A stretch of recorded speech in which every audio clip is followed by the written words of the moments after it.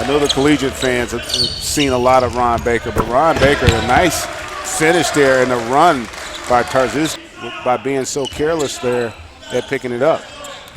Stanley Johnson just stood in front of us to inbound that ball. He's huge. He's a big man. There's no other way to put it. He's not like he's huge, and not in a bad way. No, he is no. a thick.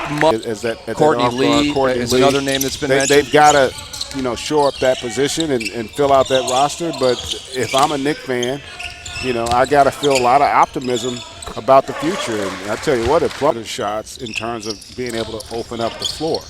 And so Ellison, who I like a lot, may not be ready to be a rotational guy this first year on a playoff team, which the Pistons were in our offseason here thus far.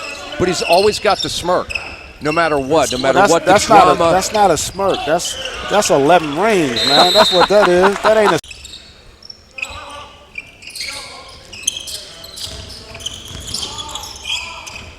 Here's Avila. Yes, and he strokes a three, plus a whistle. So, and Avila just into the game. Don't you love that? NBA careers, careers overseas on the line, and this guy right into the game, whaps a three. He plays with a lot of confidence, doesn't he? Well, he should. The guy's a winner, too. He's won at every level. He's been very successful. He did it at Arizona that 1 year. And that's your nice guy, to GA. see, Ellis. I really. And Jordan Baczynski with the bun on top.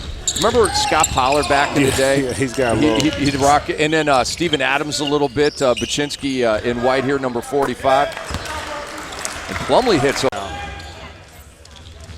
Avila tried to dive and get that loose ball. Here's Ellenson, and it's blocked by Tokido. But he does have some athleticism. It's Tokido there with a beautiful block. Ellenson wanted a. Down.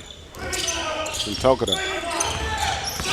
The lead is back to 10 for Detroit, and Lorenzo Brown just threw it up and in. Ellenson with the loose ball, and back come the Pistons, trying to build on their 11-point lead. Pistons shooting 42.5%. The Knicks shooting 36.1% in the ball game. Baker doing a good job staying in front of Stanley. He's a lot stronger. Oh, Benedict strokes it. And that's what they're looking for right there. He does a lot of the intangibles off the court that give a franchise confidence about the future of investing in him. And so they're training to be NBA referees, and there are refs. Ken Maurer here. I'm sure the head of officials is here as Lorenzo Brown gets the steal, and he is stamped above the rim. That was Diabate with a great block. And impressive, able to knock down that. 3 quarters won, so they've got 3 of the 8. If they win this quarter and win the ball game, they will get the full 8 points. Well, I'm going to go out on a limb. I really think they got a chance to win the game.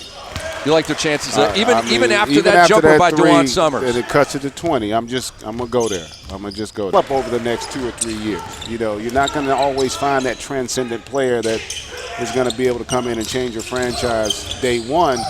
You got to have the patience and the wherewithal to develop them to ultimately reach their potential.